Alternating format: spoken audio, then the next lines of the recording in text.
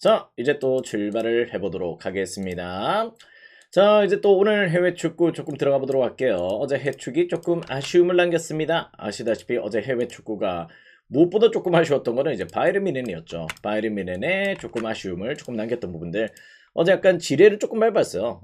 조금 밟았던 게 조금 아쉬웠던 일이었고, 특히 또 마르세유도 어제 조금 극장골을 먹혔습니다. 그러면서 어제 약간 29배에 조금 원흉이 되었던 게 조금 이제 약간 마르세유 추가 2대 0에서 추가 시간 극장골까지 허용해서 2대 2가 돼버렸고, 함부르크 어제 부상자 많았다 말씀을 드렸죠. 그래서 바이에른 뮌헨 조금 노림수가 있을 수 있겠다 봤는데 아쉬움이 남았다. 오늘 또 복수전 또 들어가 보도록 하겠습니다. 자, 레알 마드리드 라요의 경기부터 출발을 해보도록 할게요. 자, 라요도 이제 약간 마드리드 변방 지역이에요. 약간 이제 따지고 보면 이제 조금 마드리드 더비입니다. 이것도 그렇게 조금 형성이 되는 만큼 역시 또 나름의 또 요렇게 조금 퍼포먼스를 조금 보여주는 매치인데요. 최근에 또 레알 마드리드가 라요전에 고전합니다. 최근에 물론 이제 패배는 없어요. 패배가 없는 내용으로 나름의 또 전개를 조금 잡아가고 있긴 하지만은 전반적으로 최근 이제 5경기만 성적을 조금 놓고 보더라도 실제 뭐 산티아고 베르나베우에서 또 한 차례 2대1 승리를 거뒀던 적이 있었고, 그리고 또 최근의 매치업들이 전부 다 4번이 무승부였어요. 1승 4무야. 1승 4무로 홈원전 가리지 않고 라요전만큼은 상당히 또 열악한 내용들을 조금 보여주고 있다는 점들이 무엇보다 상당히 또 불안 요소가 될 수 있겠다, 이렇게 좀 보고 있습니다. 뭐 레알 마드리드 또 이제 챔스 원정을 또 떠나갔다 왔죠. 이제 벤피카한테 또 4대2의 또 충격의 패배를 당했고, 벤피카가 이제 4골을 꼽으면서 마르세유가 떨어지고요. 벤피카가 또 플레이오프에 또 이렇게 올라오는 모습들을 좀 보여줬었는데, 뭐 퇴장 여파도 좀 있긴 했지만은 전반적으로 이제 약간 물론 이제 또 어제 또 바셀이 또 승리를 거뒀기 때문에 동기부여는 상당히 또 크다. 근데 이제 무엇보다 양 팀들의 매치가 최근 6번을 놓고 봤을 때도 4번이나 무승부가 영출이 됐을 정도로 최근 매치업에서 2승 4무로 상당히 또 일단 고전을 했다는 점들은 개인적으로 조금의 역시 레알 마드리드가 승리를 할 가능성은 높다고 보고 있긴 하지만은 핸디값의 접근 포인트는 조금 조심하시길 그렇게 한번 추천을 드려야 될 것 같습니다. 물론 이제 또 라요 바이에카노가 유달리 또 레알 원정에서 조금 약하긴 해요. 16경기 동안 또 승리가 없는 내용들, 이런 부분들이 좀 있긴 한데, 그래도 약간 조금 무승부 비율이 최근에 또 높아지고 있다는 점에서는 요 경기는 이제 약간 레알 승을 보고는 있습니다만은 핸디값, 이 핸디값에서는 저는 약간 이제 조금 라이오의 승을 조금 들어줄 수 있지 않을까. 최근에 뭐 작년 매치도 이제 레알 홈에서는 2대1이었습니다. 2대1로 뭐 한 골 차의 승리가 또 있었던 만큼 요 경기는 일정 수준 또 라이오가 조금 비벼볼 수 있는 경기가 될 거다, 이렇게 좀 보고 있고요. 일반 승은 레알의 손. 그렇지만 이제 핸디값에서는 저는 이제 라이오 프렌으로 END 정도는 한번 또 배당 대비해서 충분히 또 노림수가 될 수 있지 않을까, 이런 생각을 좀 하게 됩니다. 다만 요 경기가 그냥 저는 조금 한번 관망이 조금 필요할 타이밍이다, 이렇게 좀 보고 있어요. 어떻게 보면 또 챔스 후폭풍도 좀 있고, 어떻게 보면 또 레알이 또 어떻게 보면 조금 뭐 최근에 뭐 약간 부상 여파도 좀 있고 이러다 보니까 약간 관망이 조금 제일 필요한 경기다. 물론 다음에 또 가면 돼요. 레알은 그지 또 좋을 때 가면 되기 때문에 한번 또 관망을 조금 해보시길 바라겠고, 저는 약간 이제 라이오프렌이나 3.5 기준점에서는 역시 또 언더사이드의 공략 포인트를 조금 드려보도록 하겠습니다. 약간 요렇게 한번 방향성을 생각을 해보시고요. 메인값으로 오늘 레알 마드리드는 조금 조심하시길 그렇게 한번 추천을 드려보도록 하겠습니다. 자, 다음 경기는 이제 PSV와 또 페이노르트의 경기로 또 들어가 보도록 하겠습니다. 자, 올 시즌 이제 아약스는 떠내려가 있어요. 솔직히 이제 또 에르디비시 같은 경우는 뭐 아약스, 페이노르트, 아인트호벤 요렇게 조금 세 개 팀들이 최근에 역시 조금 접전 가운데에서 계속해서 승수를 조금 쌓아가고 있고, 뭐 일단 약간 미끄러진 팀이 결국엔 또 못 따라잡는 케이스를 왕왕 또 보여줬던 내용들이 좀 있기 때문에 어떻게 보면 일단 이제 1위와 2위 두 팀의 맞대결이 제일 또 중요하겠죠. 근데 양 팀들의 매치도 지금 현재로 일단 14점이 벌어져 있어요. 1위와 2위지만은 승점이 14점으로 상당히 또 격차를 조금 벌려내 있는 정도에 좀 놓여져 있기 때문에 PSV도 조금 여유가 있는 상황이다, 이렇게 좀 보셔야 될 것 같습니다. 최근에 또 바이에른 뮌헨과의 또 홈 경기에서 또 2대1의 패배를 당했습니다. 조금 아쉽게 경기력은 조금 좋았죠. 그랬던 가운데 아쉬운 패배였고요. 뭐 페이노르트가 또 이제 베티스 원정에서 또 2대1로 패배를 당했습니다. 그러면서 조금 원정 후폭풍은 역시 또 페이노르트가 조금 크게 조금 안고 있다, 이렇게 좀 보셔야 될 것 같아요. 자, 그 가운데 또 양 팀들의 매치업 이렇게 조금 끌고 가는 내용인데요.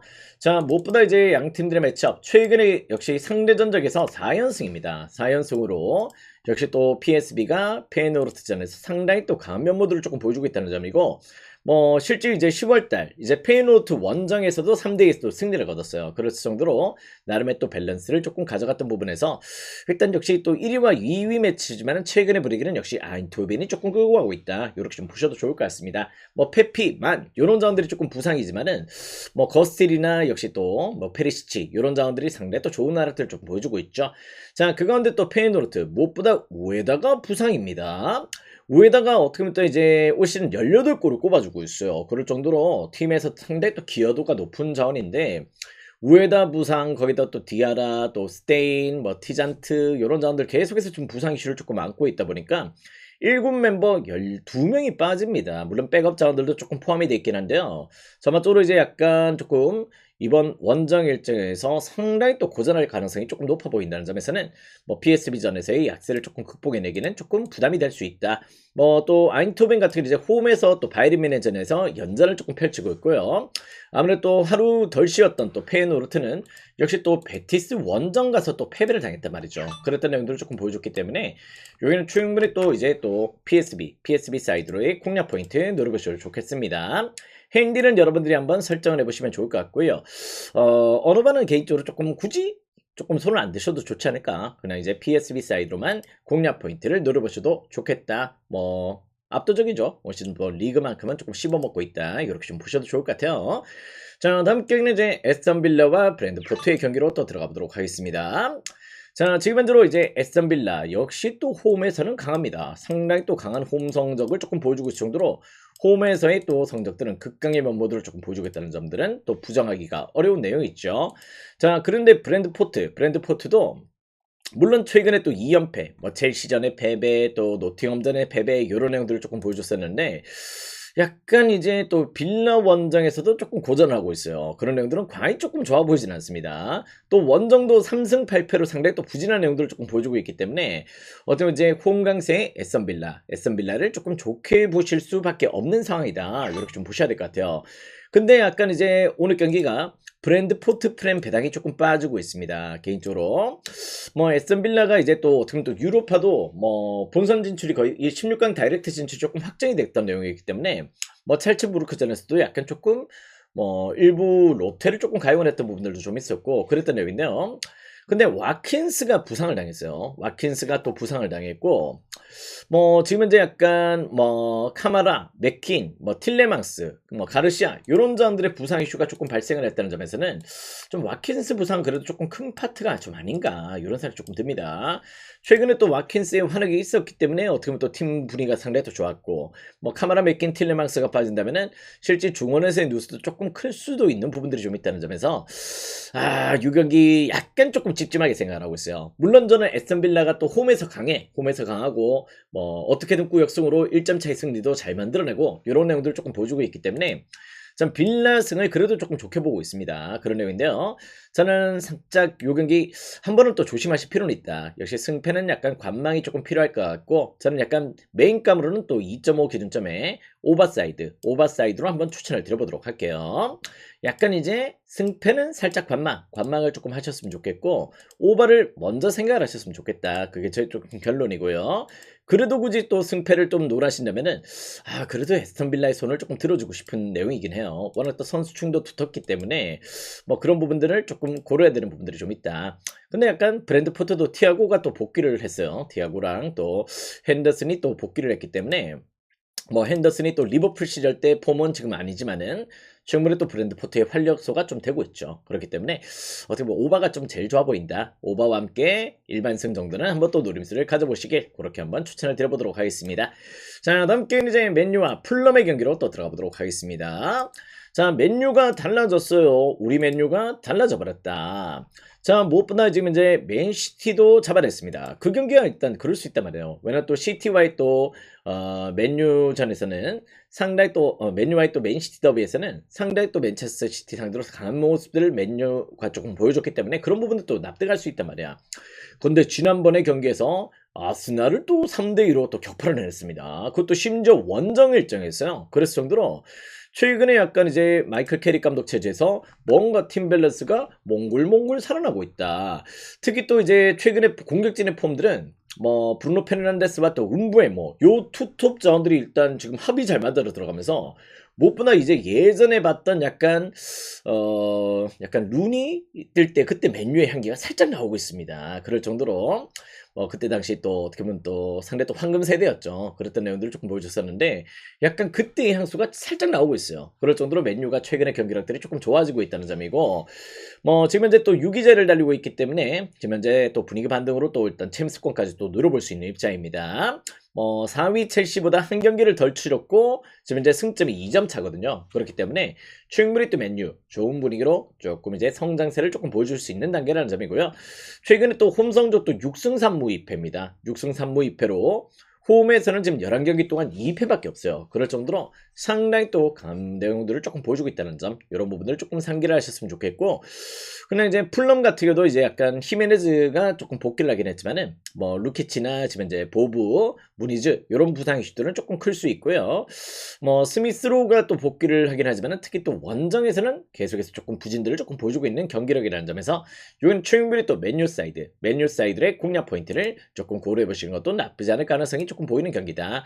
충분히 또 맨체스터 유나이티드 좋은 접근 포인트가 될 수 있어 보입니다. 우리 맨유가 달라졌어요. 자, 그건데 또 핸디를 여러분들이 잘 한번 선택을 해보시기 바라겠고요.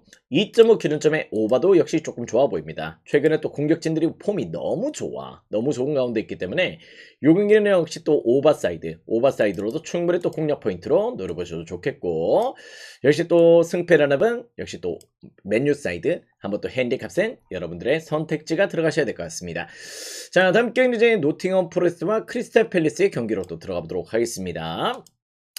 자, 양팀들 무엇보다 이제 양팀들의 매치는 정말 무승부가 많아요. 지금 이제 최근 또 10번의 매치를 놓고 봤을 때는 노팅엄 포레스트가 3승 7무로 역시 또 크펠전에 패배가 없긴 합니다. 그럴 정도로 노팅엄 포레스트가 지금 현재 상당히 또 분위기를 자꾸 승점 확보를 늘 또 크펠전에서 잘해줬다, 이렇게 좀 보시면 될 것 같은데, 자, 무엇보다 지금 현재로 약간 조금 노팅엄 포레스트도 최근에 약간 유로파 일정 소화를 계속했다는 점들은 조금 역시 조금 좋은 부분은 아니죠. 그리고 또 일단 아워니가 또 복귀를 하긴 했지만은 자마적으로 우대의 장기 부상이 상당히 또 큰 부분이 될 수 있다, 요렇게 조금 보시는 분들도 조금 계실 거고, 또 크펠 같은 경우도 지금 현재 최근에 또 마티타나 지금 현재 부상 여파 요런 점들이 조금 발생을 하는 데다가 카마라 또 워튼 두쿠레 요런 점들의 이탈도 상당히 또 아쉬운 부분들이 될 수 있다, 요렇게 좀 보시면 될 것 같습니다. 결론을 말씀을 드리자면요, 저는 약간 노팅엄이 정배당을 조금 받았는데, 물론 지금 현재로 노팅엄도 유로파 여파가 좀 있긴 하단 말이에요. 유로파를 또 2번 연속 좀 소화를 했었고, 최근에 또 노팅엄 원정 홈에서는 또 지난 시즌 1등에 한 차례 조금 승리를 거두긴 했지만은, 역시 양 팀들의 매치는 정말 무승부 비율이 높은 매치입니다.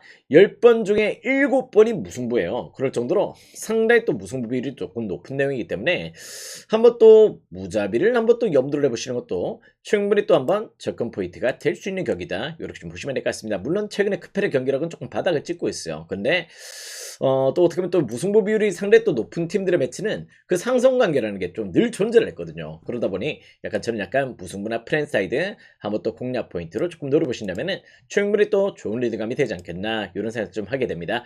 또 양 팀들은 대체적으로 맞대결이 또 저득점이 많았어요. 그렇기 때문에 언더도 조금 좋아 보이고, 프랭과 또 무승부 한번 또 노림수를 가져보시는 것도 조금 방향성이 될 수 있는 격이다, 이렇게 좀 보시면 될 것 같습니다. 그렇게 한번 접근 포인트를 고려해 보시길 바랍니다. 자, 다음 경기는 이제 코모와 아탈란타의 경기로 또 들어가 보도록 하겠습니다. 지금 현재 세리의 뜨거운 감자죠. 뜨거운 감자 코모. 최근에 무엇보다 코모 경기력 뿜뿜하고 있습니다. 근데 오늘 경기는 약간 코모 생각을 좀 하게 되네요. 최근에 또 피오렌티나도 박살을 내버리고 토리노전에서 6대0의 승리, 라치오까지도 3대0으로 반란했던 코모의 최근의 페이스, 무엇보다 최근 역시 3경기 동안 12골을 꼽아줬습니다. 그럴 정도로 압도적인 공격력들을 조금 보여줬던 코모인데요. 지금 이제 두비카스가 이제 발목 부상을 당했습니다. 두비카스가 어떻게 보면 이제 올 시즌 상당히 또 팀 내 에이스로서 또 거듭나고 있는 내용들을 조금 보여주고 있고요. 그러다 보니까 이제 약간 두비카스의 빈자리가 오늘 조금 커 보이는 내용들, 이런 부분들이 조금 문제가 될 수 있다는 점에서 한 번은 또 지켜봐야 되지 않겠나, 이런 생각이 조금 들어요. 물론 이제 모라타나 파스 이런 자들이 또 공격력이 상당히 또 좋기 때문에 기본적으로 공격력은 조금 유지가 될 가능성도 정도 조금 보이는 경기다. 근데 또 아틀란타도 최근에 만만치 않습니다. 아틀란타도 무엇보다 크리스토비치가 최근에 또 부활을 하면서 레체 시절 때만큼 더 좋은 내용들을 조금 보여주고 있을 정도로 뭐 최근에 일단 경기력들 또 루크먼이 지금 현재 조금 아틀레티코 마드리드도 조금 이적을 준비를 하고 있어요. 꼬마로 루크먼이 조금 이적을 준비하고 있다 보니까 좀 팔 것 같아. 그지? 또 일단 크리스토비치 최근에 폼이 좀 좋아가지고 루크먼이 이제 꼬마와 지금 협상 중에 있어요. 그런 의미라서 꼬마가 좀 필요한 자원이긴 하죠. 그러다 보니까 조금 넘어갈 것 같은데요. 약간 그런 가운데 오늘 루크먼은 조금 제외입니다. 그러다 보니까 두비카스 빠지고 루크먼 빠지고 이러다 보니까 약간 언더배당이 조금 빠지는 것 같아요. 언더배당이 지금 빠지는 이유가 양 팀들의 주포가 지금 빠진다. 루크먼이 또 이제 아틀란티코 마드리드도 이적을 준비하고 있고 두비카스 부상 이후 이러보니까 언더가 지금 빠지는 분위기가 좀 있는데 저는 그래도 조금 오버사이드로 공략 포인트를 조금 노려보셨으면 좋겠어요. 무엇보다 양 팀들이 최근에 공격진들 폼이 조금 좋습니다. 그런 가운데 있다는 점이고 승패라는 개인적으로 조금 누가 이겨도 조금 이상하지는 않을 것 같습니다. 실제 조금 뭐 최근에 또 아틀란타도 경기력이 조금 반등세를 조금 보여주고 있고 코모도 역시 득점력이 뭐 두비카스가 없더라도 뭐 나머지 자원들의 또 활약들이 상당히 또 좋은 가운데 있기 때문에 승패는 한 차례 조금 관망을 조금 해보시길 바라겠습니다. 다만 요 경기는 역시 또 오버사이드는 그래도 한번 공략 포인트로 조금 노려보셔도 좋지 않을까 이런 생각 좀 하게 되네요. 저는 약간 오버만 먼저 추천을 드려보도록 하겠습니다. 자, 다음 경기는 리옹과 릴의 경기로 또 들어가보도록 할게요. 자, 지금 현재로 리옹도 지금 현재 4위 자리를 조금 달리고 있고 상당히 또 경기력의 반등세를 조금 보여주고 있습니다. 자, 릴도 지금 이제 5위 자리죠. 양 팀 다 어떻게 보면 또 이제 상위권 도약을 위해서 지금 이제 두 팀들이 맞대결을 펼치게 되는 경기인데요.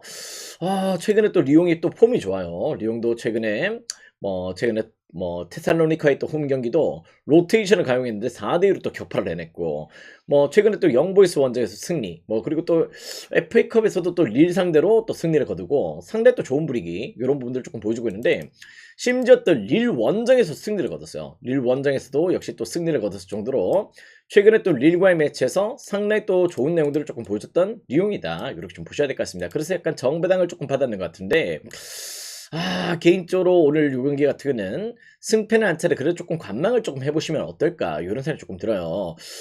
물론 이제 저도 리옹의 경기력 상당히 또 좋게 보고 있긴 한데요. 무엇보다 릴도 최근에 약간 경기력의 반등세가 조금 나오곤 있습니다. 물론 직전 프라이브르크전이긴 했고 약간 부상 여파가 좀 있었는데 부상자들이 이제 약간 조금 복귀를 하고 있어요. 특히 하랄드손도 징계 복귀를 하고 있고 일단 지루가 조금 아직까지 폼이 조금 그래서 그런데 전반적으로 이제 부상 복귀자들이 조금 줄을 조금 합류를 하고 있다는 점에서 약간 릴도 분위기가 조금 반등세를 조금 볼 가능성도 조금 보인다. 그래서 일단 요 경기는 약간 릴력배가 빠지는 이유가 좀 있단 말이에요. 역시 부상자들이 조금 합류를 하고 있기 때문에 예전보다 역시 부상 여파가 조금 커버가 되고 있다는 점들 이런 부분에서는 요 경기도 약간 승패는 한 차례 조금 관망이 조금 필요할 수 있습니다. 다만 이제 양 팀들의 맞대결은 최근에 역시 또 리옹이 또 릴을 잘 잡았던 적도 그땐 부상 여파가 좀 있었지만은 지금 이제 요 멤버 구성이라면은 난타전을 조금 노려보시면은 좋은 접근 포인트가 될 수 있을 것 같습니다. 요 경기는 5번을 먼저 생각하세요. 5번을 먼저 생각하시고 어차피 어떤 결과가 나오든지 조금 난타전의 가능성은 충분히 또 볼 수 있는 경기다. 이렇게 좀 보시면 될 것 같습니다. 자, 다음 경기는 이제 슈투트가르트와 프라이부르크의 경기로 또 들어가 보도록 하겠습니다. 자, 위의 팀들도 어떻게 보면 또 이제 4위와 5위 또 상위권 도약을 노리는 팀들이고요. 슈투트가르트와 프라이부르크도 지금 현재 5위와 7위 상위권 도약을 노리고 있는 양 팀들의 매치다. 이렇게 좀 보시면 될 것 같습니다. 자, 근데 이제 약간 요 경기 같은 경우는 슈투트가르트가 프라이부르크전에 상당히 또 강한 면모들을 조금 보여주고 있습니다. 특히 또 홈에서는 너무 강하죠. 너무 또 강한 내용들을 조금 보여주고 있고, 자, 올 시즌 홈 성적도 지금 현재 6승 2무 1패예요. 홈 성적만 놓고 봤을 때는 리그 극상위권이야, 최상위권이야. 그럴 정도로 홈에서 극강의 내용들을 조금 보여주고 있는데 운다프 폼도 물이 올라있고 데미로비치도 복귀하고 나서 계속해서 골을 꼽아주고 있고 상당히 또 좋은 밸런스를 조금 보여주고 있습니다. 또 최근에 또 슈트가르트가 또 영보이스와의 또 조금 최종전도 잘 치러냈죠. 그런 내용들을 조금 보여줬고 뭐 또 3대2로 또 홈에서 승리를 거뒀다. 다음에 또 프라이부르크는 약간 릴 원정을 갔다 왔습니다. 프랑스 원정을 갔다 왔던 여파도 좀 있었고요. 릴 원정에서 또 1등의 패배를 당하고 왔어요. 근데 약간 지금 현재로 약간 원정 성적이 조금 부진합니다. 최근에 역시 또 뭐 2승 3무 5패로 홈 대비해서 원정에서 불안한 내용들을 조금 보여주고 있는데, 특히 또 슈투트가르트 원정에서는 최근에 정말 조금 크게 무너지는 경기들을 자주 연출하고 있어요. 뭐 작년 이제 원정에서는 또 4대0, 4대0의 패배를 당했고, 뭐 2년 전 원정에서는 또 5대0의 패배를 당했습니다. 그럴 정도로 유달리 또 프라이부르크는 슈투트가르트 원정만 떠나면은 실제 고전하는 경우가 훨씬 더 많았다는 점이죠. 그런 부분들 조금 고려했을 때 뭐 유로파 일정도 슈투트가르트는 홈 일정을 또 치렀고, 그리고 또 이제 또 프라이부르크는 원정에서 또 고전하고 있는데, 심지어 또 릴 원정에 또 후폭풍까지 조금 안고 있다면은 여기는 자연스럽게 슈투트가르트를 조금 긍정적으로 조금 바라보셔도 좋을 것 같습니다. 뭐 최근에 또 부상자 합류도 상당히 또 긍정적이고요. 여기는 슈투트가르트 사이드에서 한번 더 고민을 해보시면 좋은 접근 포인트가 될 수 있겠다. 역시 또 2.5 기준점은 오버사이드의 공략 포인트 충분히 또 고려 대상이 될 수 있을 것 같습니다. 오버도 긍정적, 슈투트가르트 사이드로도 긍정적인 고려를 해보시길 바래요. 자, 다음 경기는 이제 베티스와 발렌시아의 경기로 또 들어가 보도록 하겠습니다. 자, 요 경기는 지금 베티스가 정배당을 받을 입장이 아닙니다. 왜냐면은 지금 부상자가 너무 많아졌어요.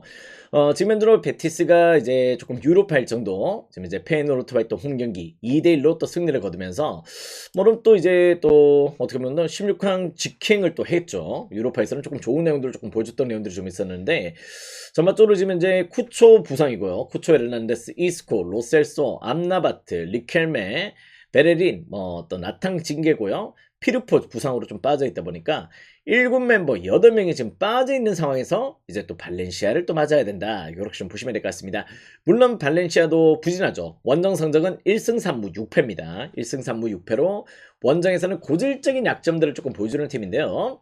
그래도 최근에 약간 이제 발렌시아가 뭐 작년에도 또 이제 또 베티스 원정에서 또 1대1 무승부 또 기록을 했던 적도 있었고, 지금 부상 여파가 거의 지금 커버가 좀 되고 있어요. 그럴 정도로 지금 요 경기는 발렌시아가 승점 확보에 조금 성공할 수 있는 가능성이 조금 보일 정도로 베티스의 줄부상 이슈가 조금 크게 느껴지는 경기입니다. 아무래도 이제 또 안토니 혼자서 조금 팀을 캐리하기는 조금 어렵죠. 그런 부분들이 좀 있기 때문에 여기는 약간 발렌시아 프렌이나 조금 무승부 사이드 충분히 또 공략 포인트가 될 수 있는 경기입니다. 무각도 조금 보여요. 무각도 조금 보이는 경기고, 역시 또 프렌이나 뭐 아니면 또 2.5 기준점에 언더사이드 이렇게 공략 포인트를 두신다면은 충분히 또 좋은 접근 포인트가 될 수 있겠다. 자, 다음 경기는 이제 헤이렌베인과 위트레트의 경기로 또 들어가 보도록 하겠습니다. 아시다시피 헤이렌베인도 역시 홈에서는 강해요. 홈에서는 또 상당히 또 난타전을 또 즐겨 보여주고 있고 공격적인 폼들을 잘 보여주는 팀입니다. 최근에 또 흐루닝언한테 2등의 패배를 당하긴 했지만은 전반적으로 최근에 또 홈에서의 경기력들은 상당히 또 준수한 내용들을 조금 보여주고 있고요. 반면 또 위트레트는 이제 또 유로파에서는 또 곧바로 탈락을 박아버렸죠. 그럴 정도로 조금 직전 셀틱 원정에서 로테이션을 조금 가용하면서 뭐 그래도 또 4대2였어요. 4대2로 또 두 골을 꼽아내는 내용들을 조금 보여줬었는데, 지금 공식전에서 지금 이제 6연패를 달리고 있습니다. 6연패 기간 동안 무엇보다 위트레트도 실점이 지금 엄청난 가운데 있다는 점에서는 여기는 이제 먼저 생각하실 부분들은 역시 두 팀 다 지금 이제 수비는 조금 정상이 아니거든요. 그렇기 때문에 2.5 기준점에 오버사이드의 공략 포인트를 조금 고려해 보신다면 충분히 또 좋은 리드감이 될 수 있겠다. 이렇게 말씀을 드려보도록 하겠습니다. 승패는 약간 지금 현재로 조금 누구의 손을 조금 들어주긴 조금 애매할 것 같아요. 지금 현재로 이렇게 뭐 두 팀 다 뭐 최근에 이제 또 헤렘에도 뭐 반테나 이런 자원들의 득점 기복도 조금 심한 편이고 수비는 조금 좋지 못하고, 뭐 또 이제 또 위트르트도 옌센이나 뭐 제켈 이런 자원들은 또 득점에서의 또 빈도들을 잘 끄고 가고 있기 때문에 저는 약간 요 경기는 승패는 패스, 다만 이제 오버는 조금 좋은 조건 포인트 이렇게 좀 보시면 될 것 같습니다. 역시 또 승패는 막상 또 홍강세로 좀 보기에는 위트와는 또 늘 난타전이 조금 많았다는 점이 오히려 또 메리트가 있어 보이네요. 자, 다음 게임 또 툴루즈와 오세르의 경기로 또 들어가 보도록 하겠습니다. 자, 툴루즈가 이제 어떻게 보면 또 승격한 지 이제 또 한 3, 4년 돼가죠. 그죠? 일단 승격하자마자 또, 프랑스컵 대회도 또 우승을 하는 면모들을 조금 보여주고 이제 조금 자리를 조금 잡아가는 느낌인데 올 시즌 이제 조금 8위까지 성적을 조금 보여주고 있습니다. 그러면서 약간의 분위기를 잘 만들어가고 있는 내용들을 조금 보여주고 있는데요. 특히 또 이제 또 최근에 또 니스와의 또 홈 경기도 5대1의 대승, 5대1의 대승을 거둘 정도로 상당히 또 홈에서의 경기력들을 잘 끌고 갔던 내용들이 좀 있고, 그리고 또 지난번에 또 브레스트 원정에서도 2대0의 승리를 거뒀습니다. 그러면서 최근의 분위기 반등세를 제대로 조금 보여주고 있다면은 5세르는 지금 현재 5연패예요. 5연패로 컵대회 포함해서 공식전에 지금 5연패를 당하고 있을 정도로 상당히 또 열악한 내용들을 조금 보여주고 있습니다. 특히 또 이제 무엇보다 원정 성적이 지금 현재로 9경기 동안 2무 7패입니다. 2무 7패. 그럴 정도로 이제 리그 내에서 바닥을 찍고 있는 원정 성적을 조금 보여주고 있다는 점에서 여기는 약간 툴루즈 사이드로 공략 포인트를 조금 고려해 보시는 것도 충분히 또 좋은 리드감이 될 수 있겠다.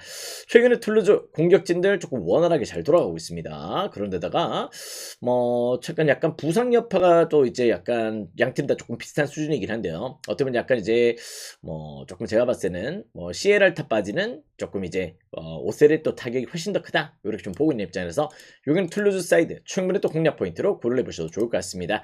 핸디는 여러분들이 한번 선택을 해보시기 바라겠고요. 어느 반은 약간 개인적으로 조금 패스를 하도록 하겠습니다. 오셀의 득점이 조금 나와줄 수 있을까 조금 의구심이 듭니다. 그래서 어느 반은 패스를 하시고 툴루즈 사이드에서 공략 포인트를 조금 고려하시면 좋을 것 같습니다. 자, 다음 경기는 이제 토트넘과 맨시티의 경기로 또 들어가 보도록 하겠습니다. 자, 일단 아시다시피 맨시티는 또 약한 팀이 두 팀이 또 있어요. 맨체스터 유나이티드와의 또 맨유 원정에서 또 고전하는 내용들이 좀 있고, 또 토트넘과의 또 이제 또 토트넘 원정, 토트넘 후스퍼 스타디움에서 또 고전하는 내용들이 좀 있습니다. 그런 내용들을 조금 보여주고 있을 정도로 이 상성 관계를 또 맨체스터 시티가 제대로 조금 보여주는 팀들이 좀 있다는 점들은 무엇보다 조금 고민이 되는 내용입니다. 자, 토트넘 이제 무엇보다 챔스에서 상대 또 경기력이 좋았죠. 그런 내용들을 조금 보여주고 있는데 부상자가 너무 많긴 합니다. 히샬리송 부상, 메디슨 클룹세스키, 쿠두스, 베탄쿠르 전부 다 지금 부상으로 조금 빠져 있는데요. 오늘 이제 팔리냐가 또 복귀를 합니다. 팔리냐 복귀는 상당히 또 긍정적인 요소가 좀 될 수 있다는 점. 그 가운데 또 어떻게 보면 또 이제 맨체스터 시티도 부상자가 좀 많죠. 이제 도쿠, 사비뉴, 코바치치, 뭐 디아스, 그바르디올 이런 자원들 전부 다 조금 부상이다 보니까 승패 한 차례 관망하시면 어떨까요? 여기는 승패는 약간 조금 그때 손흥민 시절이었는데 최근에 약간 이제 토트넘이 챔스에서 또 돌문을 잡아냈어요. 물론 돌문이 약간 퇴장을 좀 당하긴 했지만은 도르트문트를 또 2대0으로 또 격파를 내냈죠. 그랬을 정도로 상대 또 토트넘이 이 상성 관계에서 또렷하게 지금 보여줬던 팀들이 그대로 조금 남아있다는 점에서 용이 약간 승패 관망하시고 한번 또 그렇죠. 오버사이드만 한번 공략 포인트로 두신다면은 그래도 나름의 또 방향성이 조금 되지 않을까. 여기는 오버가 답일 것 같습니다. 오버사이드. 누가 이기든지 역시 약간 승점 3점을 노리기 위해서 상대 또 공격적인 형태의 경기는 조금 진행이 될 것 같아요. 여기는 오버만 조금 노림수를 가져보시기. 자, 다음 경기는 이제 도르트문트와 하이덴하임의 경기로 또 들어가 보도록 하겠습니다. 자, 도르트문트 역시 챔스 일정에서 인터밀란 상대로 홈에서 또 패배를 당하고 말았죠. 그 경기는 이제 어떤 결과가 나오든지 승패로 조금 나누셔라. 무승부는 안 나올 것이다. 그때 승무패가 또 들어가 있었던 경기는 그렇게 한번 분석을 해드렸었는데 자, 일단 역시 또 어떻게 보면 그런 가운데 이제 홈 일정을 또 맞이를 하게 됐습니다. 홈에서의 연전이었다. 뭐 16강 다이렉트 진출을 조금 실패를 했죠. 뭐 그런 내용을 조금 보여줬지만은 리그 기준으로 봤을 때는 그래도 3연승이에요. 3연승의 페이스로 상당히 또 좋은 내용들을 조금 보여주고 있고요.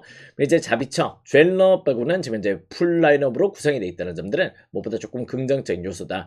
자, 올 시즌 이제 리그 홈 성적은 일단 9경기 동안 7승 2무입니다. 7승 2무로 우팽지를 달리고 있다는 점들은 또 부정할 수 없는 내용이고요.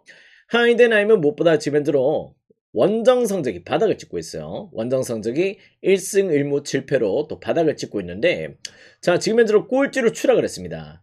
어떻게 보면 이제 약간 하이덴하임이 무엇보다 이제 약간 조금 큰 이슈가 뭐였어요? 클라인딘스크였어요.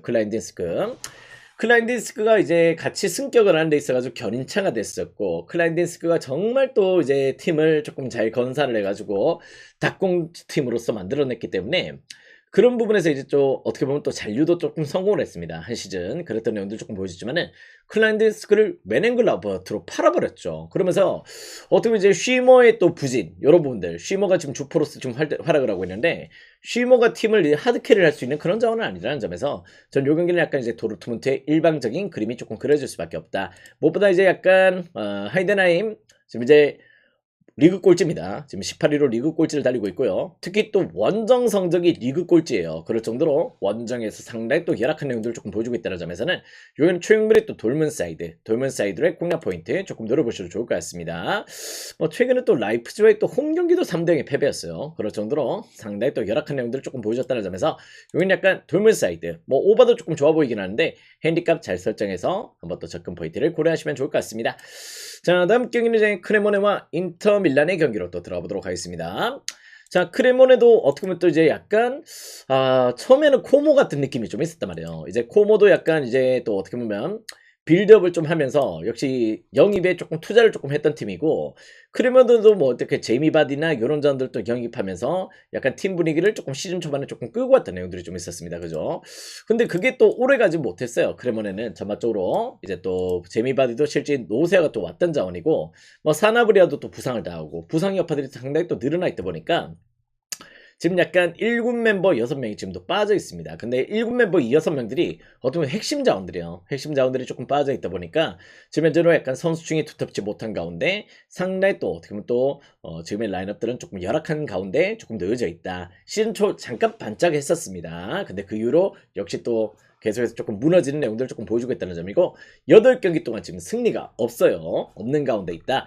다음에 또 인터밀란은 이제 또 뭐 약간 도르트문트 원정에서 2등의 승리를 거뒀죠. 근데 좀 아쉽게 이제 또 어떻게 보면 좀 아쉽게 정말 이제 16강 진출, 다이렉트 진출에 조금 실패했던 내용들을 조금 보여줬기 때문에 어떻게 보면 조금 아쉬움을 남기게 됐다. 그래도 리그 1위입니다. 리그 1위로서 역시 또 승리를 계속해서 조금 만들어 가야 되는 부분들이 좀 놓여져 있고요.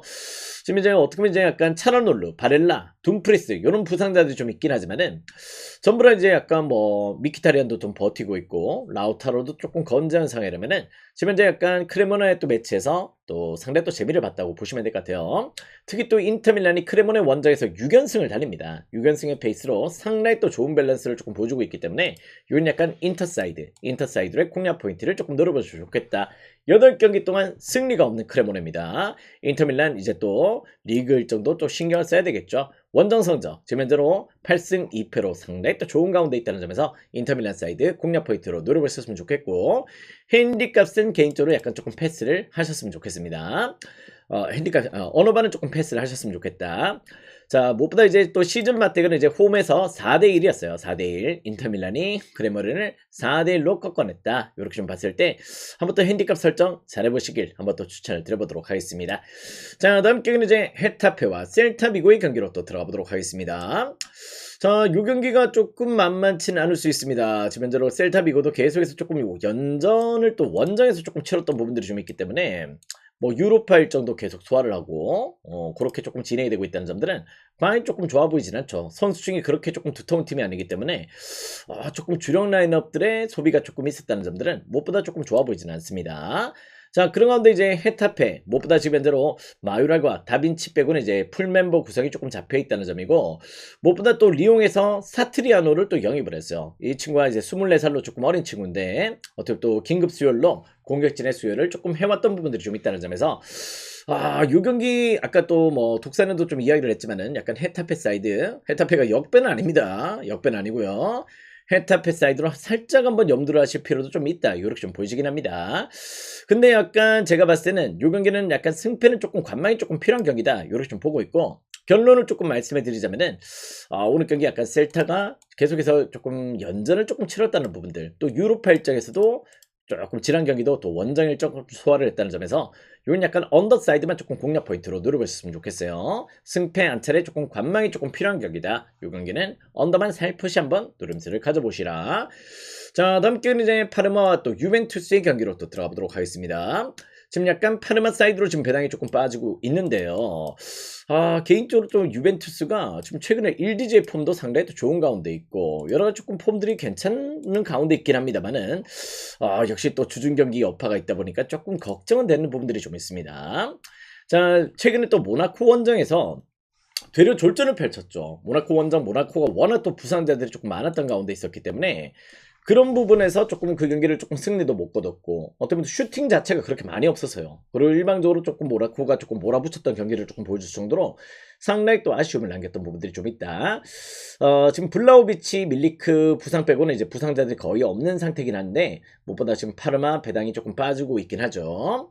약간 저는 요 경기 한 차례 조금 관망은 조금 필요할 것 같다. 역시 또 왜냐면은 훨씬 약간 유벤투스가 홈 성적은 좋아요. 홈 성적만큼은 지금 현재로 상위권 뭐 지금 상대 또 높은 페이스를 조금 보여주고 있다면은 원정은 5승이 무사패야. 원정에서는 약간 어제 아틀란티코 마드리드가 약간 원정 성적이 한 요 정도였거든요. 그러다 보니까 어제 꼬마도 약간 레반테를 못 잡았잖아, 그지? 그런 내용들이 좀 있었던 만큼 요 경기도 약간 유벤투스의 원정 경기력이라면 한 차례 조금 지켜볼 필요는 있다. 이렇게 좀 보고 있습니다.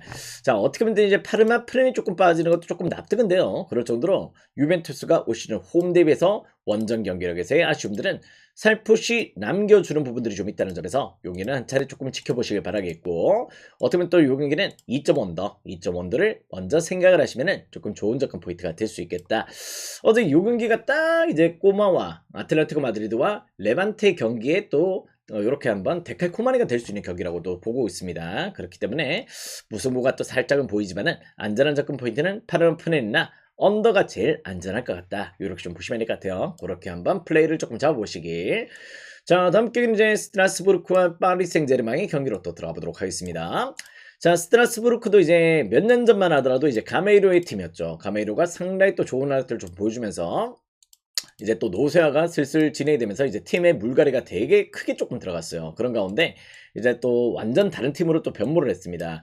이 젊은 시너지가 어떻게 또 홈에서는 상당히 또 좋은 내용들을 조금 보여줬던 경기들도 좀 있고 뭐 그런 부분들이 또 어떻게 보면 또 잘못되게 조금 실점도 좀 늘어났던 부분들 좀 있었죠. 그런 내용들을 조금 보여줬었는데 최근에 또 릴도 잡아내고 뭐 니스와의 또 뭐 경기도 조금 그랬고 뭐 최근에 또 FA컵도 지금 잘 조금 성적을 내고 있을 정도로 최근의 분위기가 상당히 또 좋은 가운데 있다는 점들 무엇보다 최근 약간 7위까지 또 올라오는 페이스 상당히 또 무시할 수 없다는 점들은 조금 배제할 수가 없을 것 같아요. 무엇보다 이제 파니첼리가 지금 이제 약간 팀 내 주포로서 급부상을 하면서 무엇보다 약간 조금 좋은 페이스를 조금 보여주겠다는 점들은 조금 부정할 수 없다. 근데 오늘 약간 큰 이슈가 있긴 합니다. 무엇보다 이제 약간 팀 내 주포죠. 역시 또 에메아가 또 부상으로 좀 빠져 있기 때문에 또 바르코가 또 징계로 빠져요. 그렇다면은 약간 팀 내 핵심 공격진들이 2명이 빠지는 경기입니다. 그렇기 때문에 스트라스부르크는 오늘 약간 조금 아쉬움을 좀 남기게 될 수밖에 없다. 이렇게 좀 보시면 될 것 같아요. 또 홈 성적이 또 괜찮은 편입니다. 6승 1무 2패로 조금 준수한 편이긴 한데요. 무엇보다 오늘 경기는 그래도 약간 조금 애매한 부상 이슈 또 바르코의 징계 이런 부분들은 스트라스부르크 입장에서는 상당히 또 아쉬움이 될 수 있다. 이렇게 좀 보셔야 될 것 같아요. 파리 생제르맹 무엇보다 이제 홈에서 뉴캐슬과의 또 1대1 무승부를 기록했습니다. 그러면서 둘 다 플레이오프로 떨어져 버렸죠. 16강 진출을 조금 못하고 플레이오프로 떨어지는 모습들을 좀 보여줬었는데 오늘 경기 이강인하고 하키미가 또 복귀를 합니다. 물론 이강인의 복귀가 또 어떤 시너지를 조금 보여줄 수 있을지 이게 조금 관건이긴 한데요. PSG는 오늘 경기 크브라츠켈리아가 조금 부상입니다. 흐비차가 조금 부상으로 빠진다는 점들은 조금 아쉬운 부분이 될 수 있다. 그렇지만 무엇보다 이제 또 금요일 경기 때 랑스가 1등으로 이겼어요. 그러면서 일단 1위 자리를 지금 약간 조금 떨어졌던 내용들을 조금 보여줬기 때문에 오늘 경기 동기부여는 PSG 입장에서 상당히 또 크다. 이렇게 좀 보셔야 될 것 같습니다.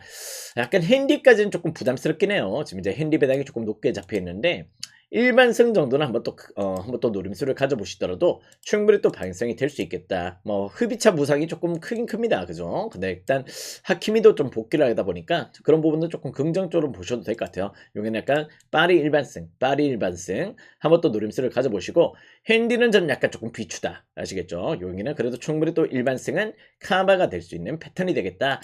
어느바 개인적으로 조금 손이 가지 않습니다. 그렇지만 역시 조금 언더를 조금 추천을 드리고 싶긴 하네요. 약간 요렇게 요 두 패턴에서만 한번 또 연구를 해보시면 좋은 접근 포인트가 될 수 있어 보인다. 자, 오늘의 마지막 경기는 일단 빌바오와 소시에다드의 바스크 지역 더비로 떠나가 보도록 하겠습니다. 자, 일단 바스크 지역 더비는 대체적으로 홈팀의 승리예요. 소시에다드 홈이면 소시에다드가 이기고 빌바오가 이기면 또 빌바오 홈이면 또 빌바오가 이기는 팀입니다. 뭐 여러 가지 또 바스크 지역 팀들이 좀 있긴 하지만은 무엇보다 이제 또 대표적인 팀들이 빌바오와 소시에다드죠. 근데 두 팀은 무엇보다 정책 자체가 달라요. 빌바오는 소시에다드를 극혐합니다. 어떻게 보면 소시에다드는 약간 그런 패턴은 아닌데 빌바오는 소시에다드를 겁나 욕해요. 왜냐면 그런 부분들이 또 표출이 되기 때문에 모두 홈에서 소시전만큼은 진심이야. 왜냐면은 빌바오는 이제 바스크 지역의 순혈주의 팀이에요. 순혈주의. 바스크 지역 유스 팀들 아니면 또 바스크 지역의 뭐 출신들 이런 부분들 뭐 타 지역에 있는 선수들을 안 받아. 타 출신들을 안 받고 바스크 순혈 팀들 선수들만 요렇게 조금 구성을 하고 있기 때문에 그런 부분에서 이제 약간 바스크 그 독보적으로 이제 우리가 진짜 바스크 지역 팀이다. 요런 부분들 조금 안고 있다면은 소시에다는 예전에 또 이천수도 뛰었죠. 그럴 정도로 약간 외부 영입들 되게 많이 해요. 용병도 영입을 많이 하고 그렇게 약간 요렇게 조금 플레이를 하다 보니까 네가 무슨 바스크 지역 팀이냐. 바스크 지역은 순혈주의만 조금 있어야 된다. 이게 빌바오거든요. 그러다 보니까 약간 둘의 갈등이 제일 큽니다. 제일 큰 내용들을 조금 보여주고 있는데 결론을 말씀해 드리지만 오늘 빌바오 승 한번 또 노림수를 가져보셔도 좋겠다. 이런 느낌들 좀 받게 돼요. 빌바오가 최근에 또 스포르팅과의 또 홈 경기 또 어떻게 보면 또 챔스 일정에서 또 패배를 당하면서 조금의 아쉬움을 남겼던 부분들이 좀 있긴 한데 오늘 경기는 약간 이제 이 더비 게임에 또 목숨을 조금 걸고 있습니다. 그러다 보니까 이제 니코 윌리엄스와 또 이냐키 윌리엄스 또 복귀를 하고요. 크루세타까지 지금 복귀를 하는 경기이기 때문에 뭐 산세트 이탈이 조금 아쉽긴 하지만은 전반적으로 일단 요 경기 일단 빌바오 입장에서는 뭐 지난 뭐 스포르팅과의 또 경기보다도 이 경기에 더 목숨을 걸고 있다. 이렇게 좀 보셔야 될 것 같아요. 그럴 정도로 양 팀들의 매치는 상당히 또 조금 열을 좀 내는 내용입니다. 비록 또 빌바오가 뭐 챔스 플레이오프 진출에 조금 실패를 했습니다. 그 후 폭풍은 또 무시할 수 없겠지만은 무엇보다 일단 니코 윌리엄스 복귀, 뭐 크루세타 복귀 이런 부분들은 상당히 또 긍정적인 요소가 될 수 있겠다. 이렇게 좀 보시면 될 것 같아요. 무엇보다 소시에다드 예전의 소시에다드는 아닙니다. 그리고 또 일단 소시에다드가 지금 쿠보 부상 바르네치아 부상 이런 부분들 조금 큰 부분이 좀 있고요. 또 빌바오 원정에서 최근에 4연패를 당하고 있어요. 그럴 정도로 양 팀들의 매치는 그냥 홈팀의 승리가 주요 포커스가 되고 있다는 점에서 전 이 경기는 빌바오의 승리 조금 예측을 해보셔도 좋을 것 같습니다. 어느 반은 그때그때 조금 달랐기 때문에 어느 반은 조금 비추고요. 승패라면 충분히 또 빌바오 사이드의 공략 포인트 누려보신다면 충분히 또 좋은 리드감이 될 수 있겠다. 이렇게 말씀을 드리면서 오늘 경기 해외 축구 이렇게 한번 분석 마무리를 조금 해보도록 하겠습니다. 자, 오늘은 더 잘 먹어야 되겠죠. 어제 또 우리 또 한폴라 조금 그랬던 내용들이 좀 있었는데 오늘 깔끔하게 한번 또 맛있게 한번 먹어볼 수 있는 일요일이 됐으면 좋겠네요. 아무튼 오늘 한번 또 긍정적으로 한번 달려보도록 하겠습니다. 가자!